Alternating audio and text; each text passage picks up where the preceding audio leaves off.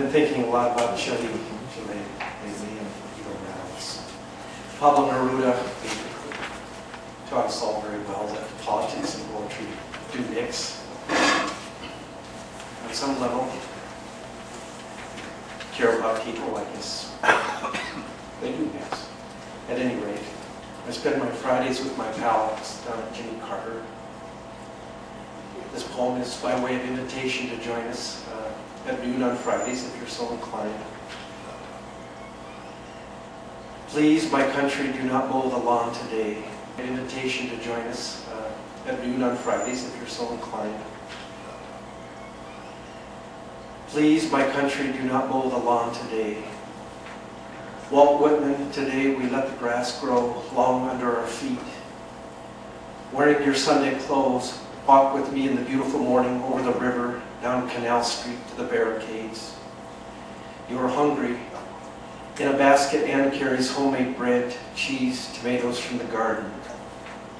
Walt Whitman, today we let the grass grow long under our feet. Wearing your Sunday clothes, walk with me in the beautiful morning over the river, down Canal Street to the barricades. You are hungry. In a basket, Anne carries homemade bread, cheese, tomatoes from the garden. Jesus, let every two-cycle engine malfunction today. For one day, my country, do not drink Coca-Cola or watch movies.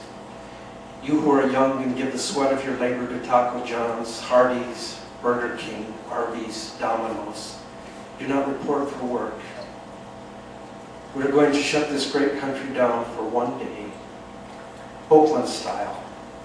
Black men with dignity do not unload South African ships or pay homage to a bank.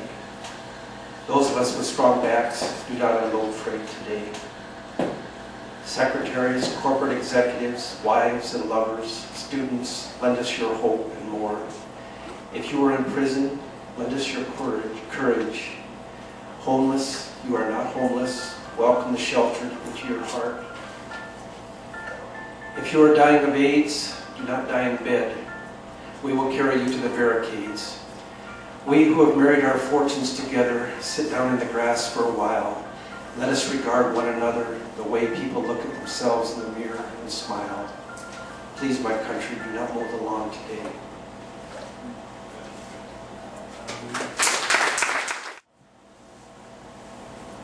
Oh, thank you. With inspiration from Andy Thorstenson, I finally got a collection of poems together with his good advice. And I'd like to read two more poems. One was written for my niece when she was born, Annie. And that niece is graduating from McAllister next month. So some time has gone by. But this next poem is Heyoka. From dusk until dawn, contrary rides earth backwards. The white buffalo calf kicks up its heels in the field of Dan. The spring rushes forth. Wise old chipmunk and striped owl exchange vows. 2. Contrary's domain as poet includes the quixotic cadence, the unplanned rhyme, kink of cans salvaged from little booze and breakfast. Elders' chorus. Oh, see the child napalm running down the lane to Walmart. Bear witness to the furies summoned from the abyss. Great warrior, contrary, renders the visible invisible. Lust after ancient loves, dreams of a college fund for his daughter. He is principal, CEO, car salesman. Oh, he can scarcely believe it himself, charged as he is with protection of Wasichu.